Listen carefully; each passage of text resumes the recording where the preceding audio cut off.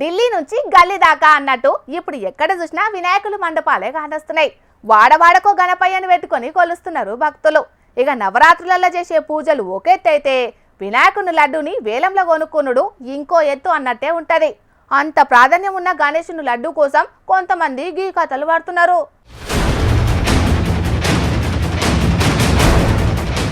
చూస్తున్నారులా నక్కి నక్కి ఎట్లా పోతున్నాడో గీ మోతెవారే.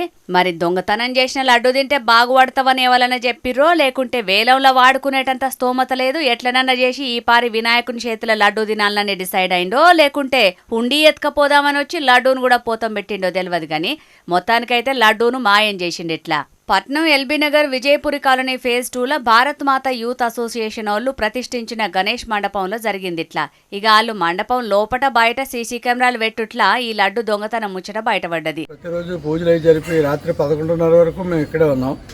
రాత్రి 12 గంటల 11:30 దాటిన తర్వాత అర్ధరాత్రి టైంలో ఎవరో కుర్రోళ్ళు వచ్చి స్టేజీ మీద కట్టెను పైకెత్తుకుని దూరి లడ్డు పట్టిపోయారు, డబ్బులు పట్టిపోయారు. ఎంతో పవిత్రంగా పూజ చేసిన దానికి వాళ్ళు ఇలా చేయటం మాకు చాలా బాధగా ఉంది.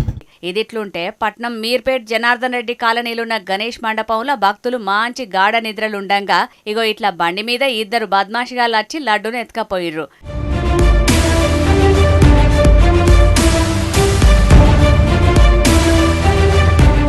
మరిగా భక్తులు మీరు కూడా కొంచెం ఏదున్నా జాగ్రత్తగా చేసుకోండి.